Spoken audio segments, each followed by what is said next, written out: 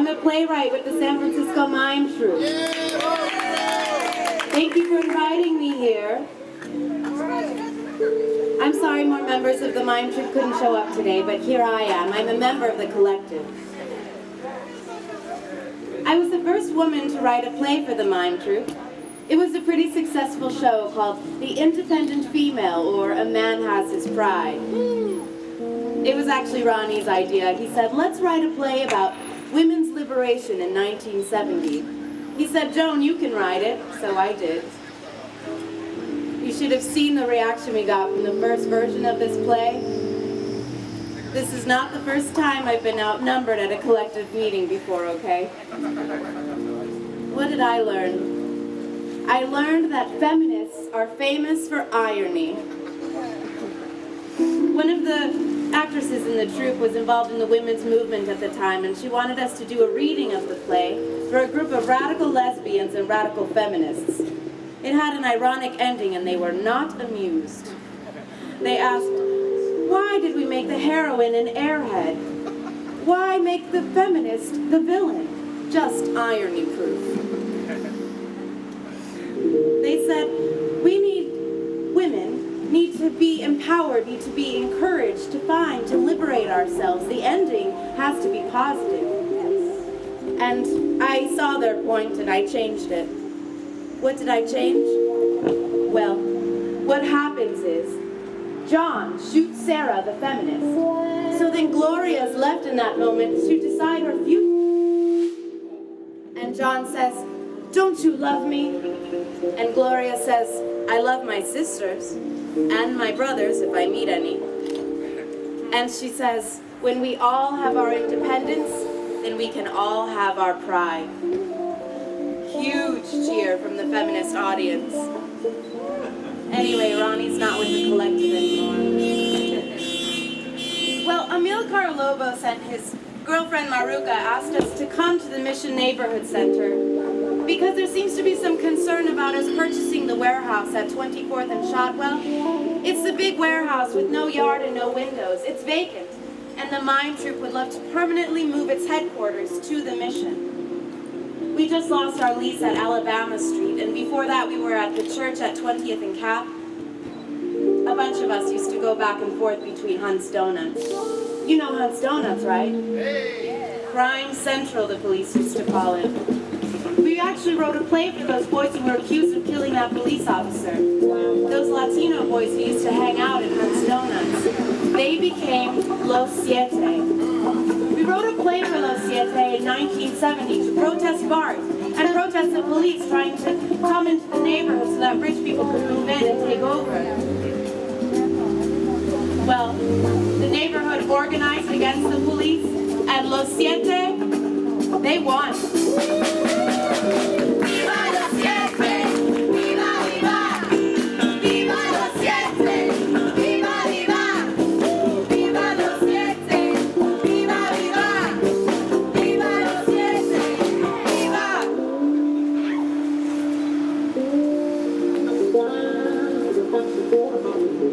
Now, I see how you're all looking at me, and I'm getting a pretty strong feeling that you don't want us to buy the building because we aren't a Latino company. We made a little bit of money from the tour of the Dragon Lady's Revenge, our anti-Vietnam play. And one of the actresses in the troupe got her grandmother to give us $5,000 to buy the building. We aren't rich. The mime troupe are artists. We deliver political, radical messages. Stop the war. Stop police brutality. Stop being racist. We believe in equality and justice. Social justice. With musical theater. Commedia dell'arte. The first in San Francisco to do theater outdoors. Theater in the streets. Theater in the parks. Dolores Park. Washington Square Park. Golden Gate Park. Parking lots. Parklets. Cutlets. Outlets. Booklets. All the lets. And almost always in the medium of satire. Oh, wow. That was the aesthetic of Ronnie Davis, the founder and director of the mime troupe in 1959. It's a relic of the beatnik time. So, is the Mission a Latino-only neighborhood now? Yeah! Well, this is 1973. When I was growing up as a nerdy Jewish kid in Berkeley in the 40s and 50s, the Mission was notorious, but not for being a Latino company or neighborhood. But it was more like Tony's Gang in West Side Story. You know, Irish and Italian. You were supposed to be afraid of the Mission. But now I see more Mexican restaurants.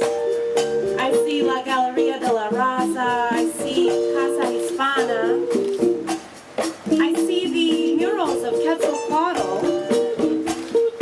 I see El Tecolote newspaper. So, okay, yeah. The Mission is a Latino neighborhood now. But just look how the city is trying to force BART into the neighborhood. It's gonna change everything. All the mom and pop shops will be gone, and soon they'll be replaced with Popeyes and Walgreens or knife shops on every corner. The graffiti's on the walls. That is why the mime troupe needs to have a permanent space in the Mission to help fight the downtown migration before the warehouse we're talking about becomes a loft or a luxury condo or, God forbid, a knife shop.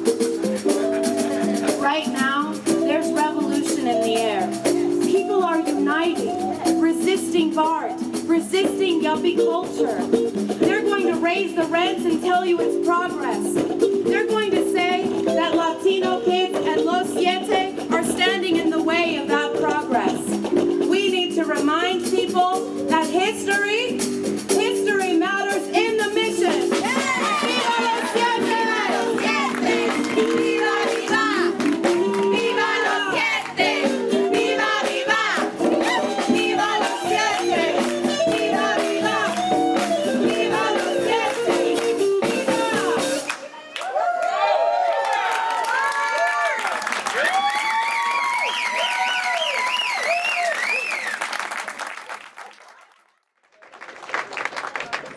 Hold on. Just gotta finish making these last changes, okay, Anna?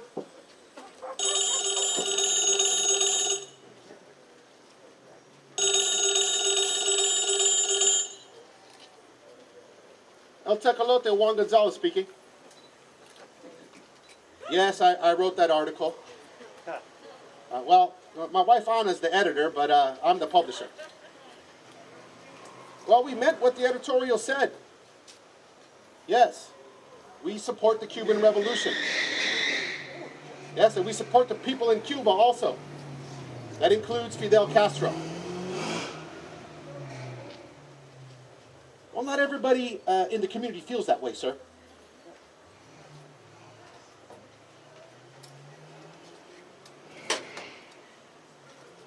It was just some crazy threats, you know, about Cuba and Castro. They didn't like that we acknowledged the celebration of the revolution. They said they were going to kill me, and then they hung up. I am taking it seriously, Anna. This is just the work that we're doing. You know, we can't get intimidated every time some right-wing people in the community don't like what's happening in Cuba or Central America. You know, not everyone is going to agree with us. We just got to be careful when we go home tonight, okay? Make sure that nobody walks home alone. All right. No, Anna, don't take the poster down for the Venceremos Brigade. It's covering up the crack in the window. Leave it there. Listen, I know it's past dinner time. I know, but I just got to finish writing this article, and then we got to get the paper out tomorrow. It's deadline, you know? So let's just finish this up, and then we can go. Well, it's about that pregnant lady who only spoke Spanish, and she went to General Hospital, and she was bleeding, you know, and she told them she was bleeding, you know, but they didn't understand what she was saying. You know, they thought she was having some sort of mental breakdown, and then they just sent her home. You should take care of that at home. So she went home, and she continued to bleed. And well, I guess she just figured I should go back to the hospital. So she went back to the hospital, and they realized she was having, you know, problems with the pregnancy. Well, by then, she lost the baby.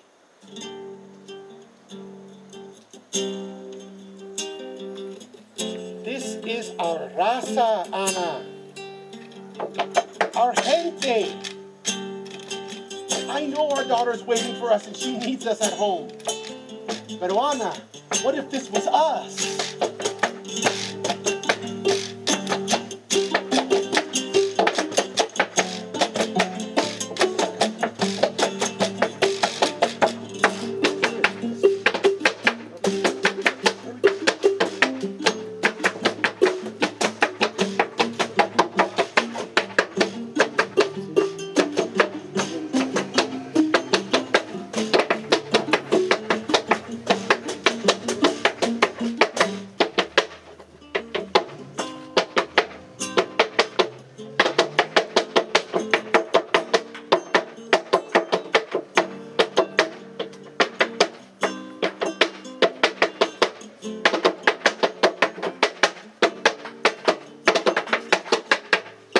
General Hospital's in our backyard.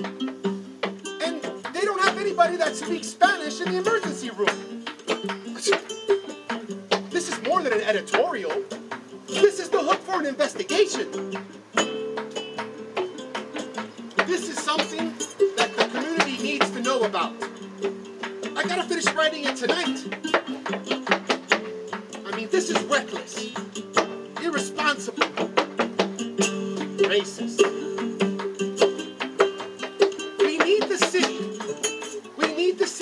To serve Spanish speakers too. I mean, this is 1977 for crying out loud. We can't have people getting sick or bleeding to death because they don't speak English. That's why we made a Tecolote, a bilingual newspaper in English and Spanish. A lot of people don't have anyone to defend them in this community. We need the paper to be a mirror of the community, so that people can know their role here. But this newspaper is really saying something about themselves. It helps folks identify with the mission. But this is more than the mission. This is about the whole city. Spanish speakers don't just live in the mission, they live all over the place. We need bilingual health clinics and translation at General Hospital. This is the community's newspaper. We need everybody's help. The poets, the writers, the musicians, the dancers, the playwrights. That's right. You don't even have to write an article. Just distribute the newspaper anywhere you go. Que viva el tecolote!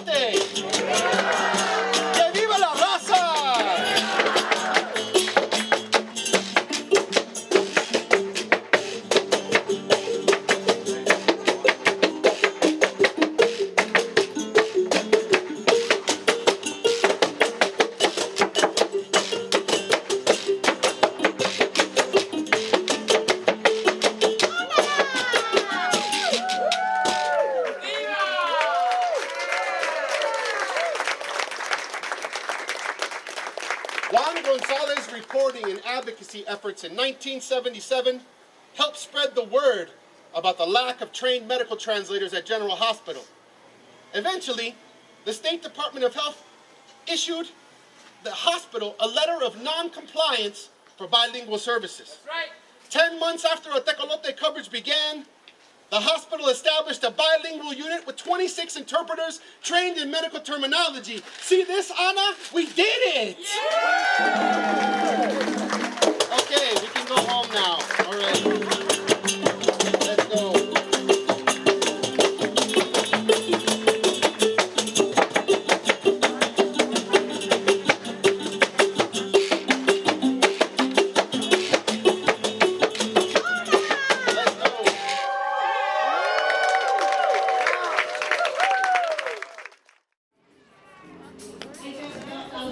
It was so perfect, so utterly undertoned. She didn't have put that there because what I had written was in conjunction with her. I had put down, bring the brothers back home to the mission. Yeah. Because I knew that the white people thought you were sending them to hell. But to us, it's home.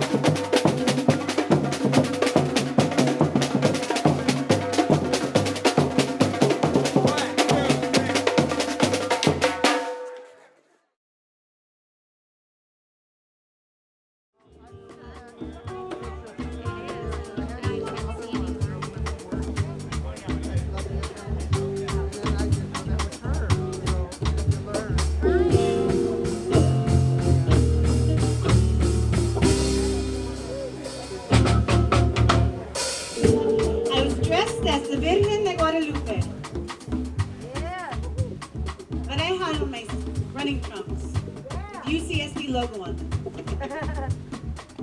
New Balance running shoes. Yeah. Did you know that New Balance was the first company to make running shoes? Latino women are trying to paint goddesses, but they're still very chesty, modeled after the superwoman or superhero. That's not what an ordinary woman looks like. That's not what Yolanda Lopez looks like. We need to rethink who our heroines are. What is heroism? You can walk down 24th Street and see a woman carrying her 3-year-old that she just picked up at Jamestown, and in her other hand, carrying a bag of groceries. Holding your child, carrying your bus pass, walking up to the bus, and still showing your bus pass to the driver. Walking up the stairs, child in one hand, big bag in the other, walking, trying. There are plenty of acts that women do for their families every day, but they are never recognized. Yeah.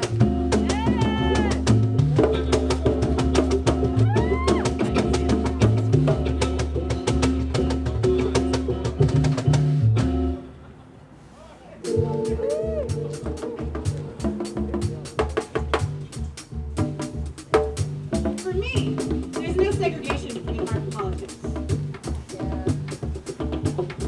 I want to paint what ordinary Latino women do. My mother, she was obese, a big woman. Unfortunately, she had a sickness of her life. She was a seamstress at the Naval Shipping Yard in San Diego, and she made immaculate looking uniforms. So, I painted her at an industrial sewing machine. She was making the mantal for the Virgen de Guadalupe. Because I wanted to show her doing something. We don't have enough images of women doing something. I tell my painting students, watch your mother. Tell me what she does. I don't care if she's standing at Safeway trying to pick out the best aguacates or lettuce, or standing at the sink washing dishes. That's work. We don't understand work. Or the idea of what women do.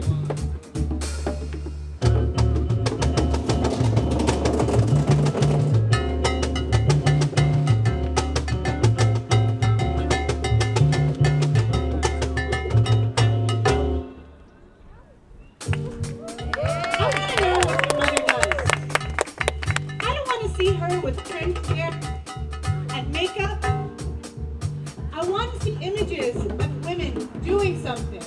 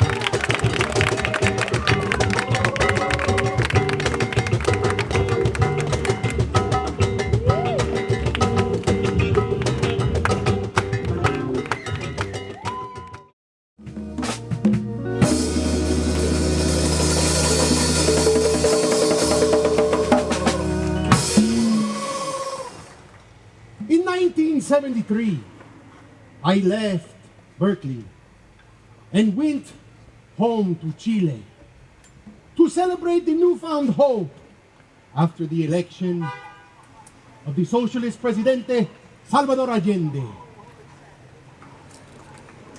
I started a dance theater company at the University of Chile in Santiago, where I saw the great musician Victor Jara and his wife Joan.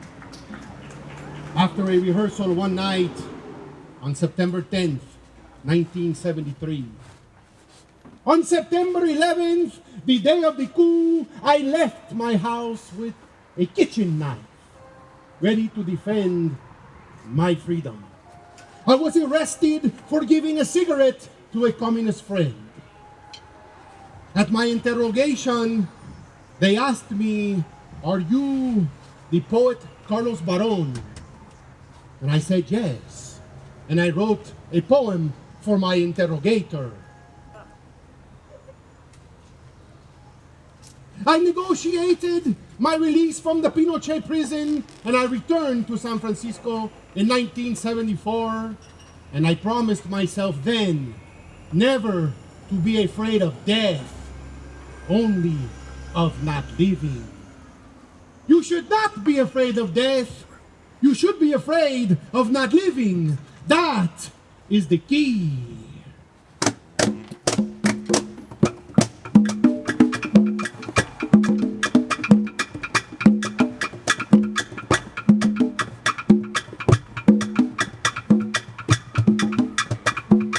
You should not be afraid of death. You should be afraid of not living. You should not be afraid of death, because death is fast. Happens in one day, one take, and it's over. But not living happens every day of your life. From the moment that you are born until the day you die. That's why you should not be afraid of living. You should not be afraid of death. You should be afraid of not living. You should not be afraid of death. Do not be afraid of death. You should be afraid of not living.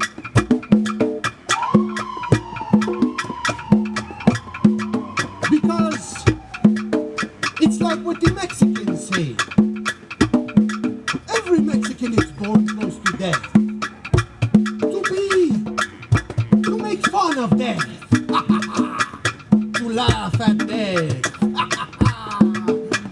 To dance with death. Like a rumba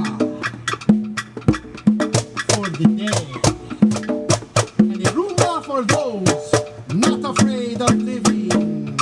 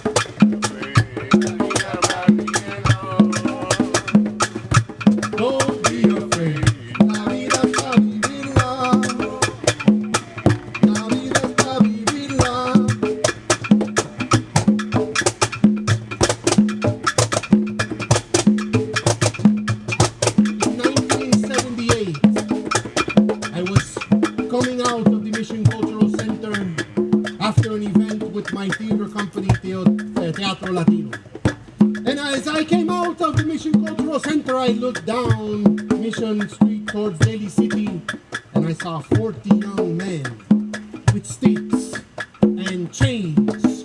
And I looked down the other side of the street, and I saw 40 more young men waiting for them in front of the Mission Cultural Center. It was a mess. People were spray painting the walls of the Mission Cultural Center. They were fighting. It was the hardest event we ever tried. Some merchants called the police, and they said that we were the ones fomenting the violence. They said we were teaching them to spray paint on the Mission Cultural Center wall. Until the next day, Mayor Feinstein showed up. She was very upset about the complaints, angry that people were calling her. And she came to ask us what was happening. Why am I receiving all these complaints? We said, Mayor, do you want help stopping the violence? Do you want help with these complaints? Well, then you need to help us too.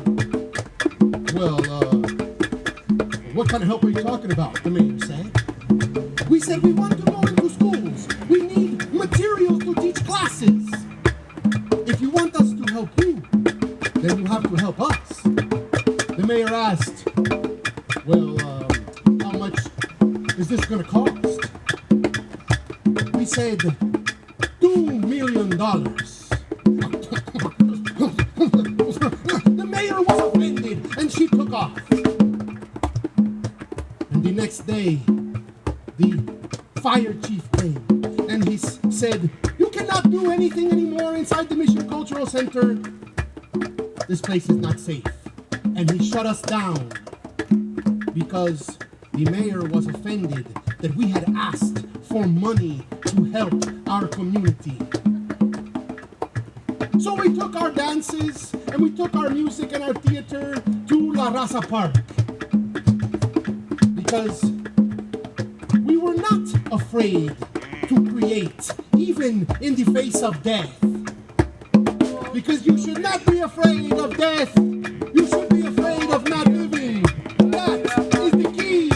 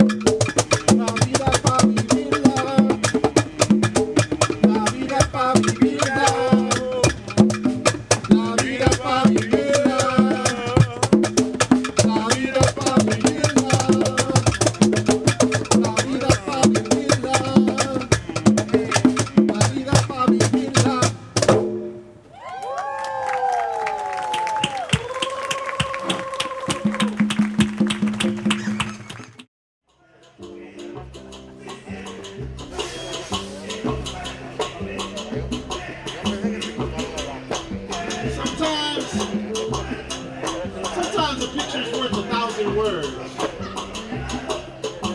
When I saw them bringing the cement pillars down to build the tracks of the BART train system, well, I saw them like people with their arms held out, holding up the tracks.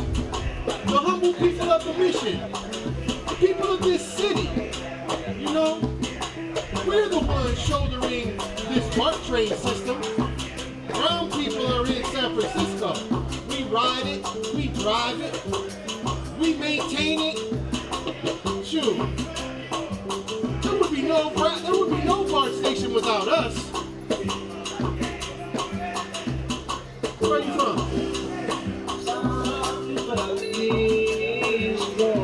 See, now I grew up in East Oakland. I knew a lot of young kids, man.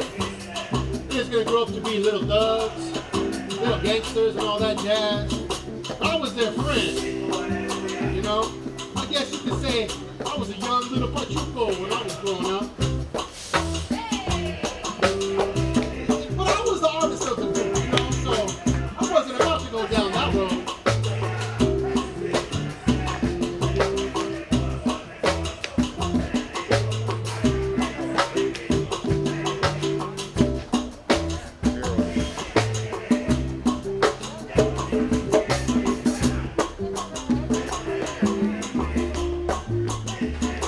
See now, the world of art in my mind is a high world. Higher in consciousness speaking. You know, it's not the world of politics. It's not the world of the con artist. It's either you're a real artist or a con artist. I wasn't about to go that road either.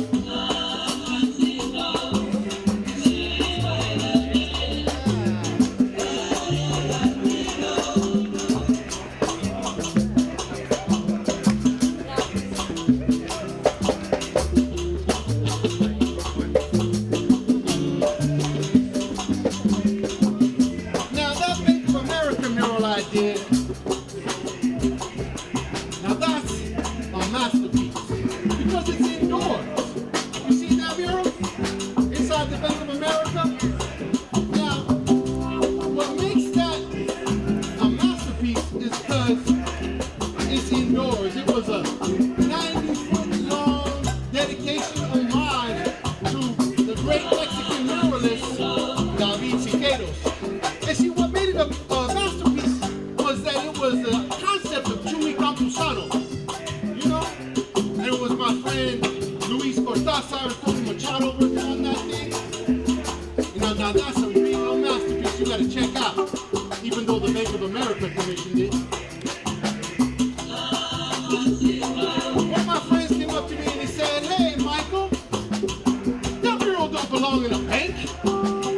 We should kidnap that mural, put it someplace proper. We were gonna kidnap that mural." But then I said, nah, they already paid us for that. We can't get too crazy. We can't be doing things too radical right now.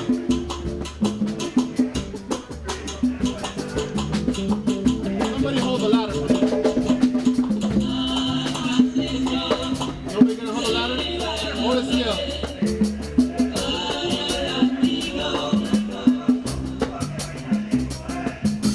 I had all these crazy ideas how I was gonna decorate these walls, you know. Little did I know that when I came to the mission in 1968, well, I was gonna be the first person to paint a mural here. It was on 23rd and Folsom. It was called the Rat Race. You know, because sometimes it can be a struggle living in the city, you know. Now, nobody had even heard of a mural back then.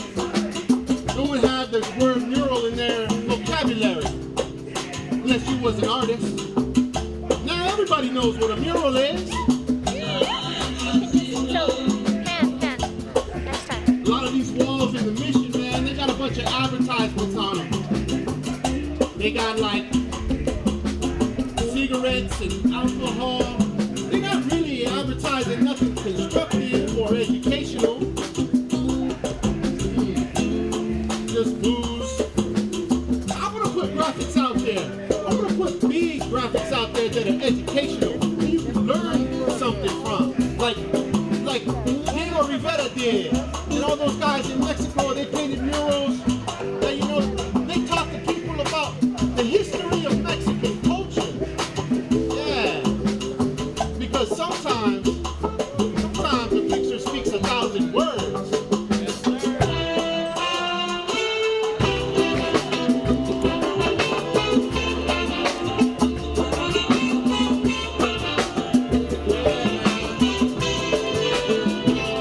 talking about.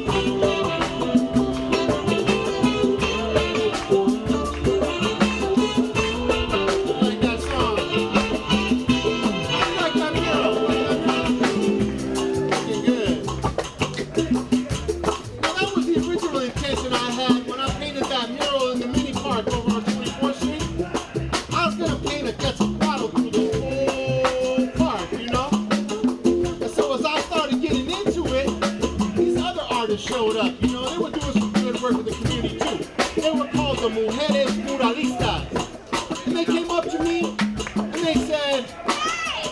Hey, for real! We want one of those walls! okay, sure. I don't own the walls. Let's paint them together. And so that was the time when we were all together doing our art. Bailando salsa.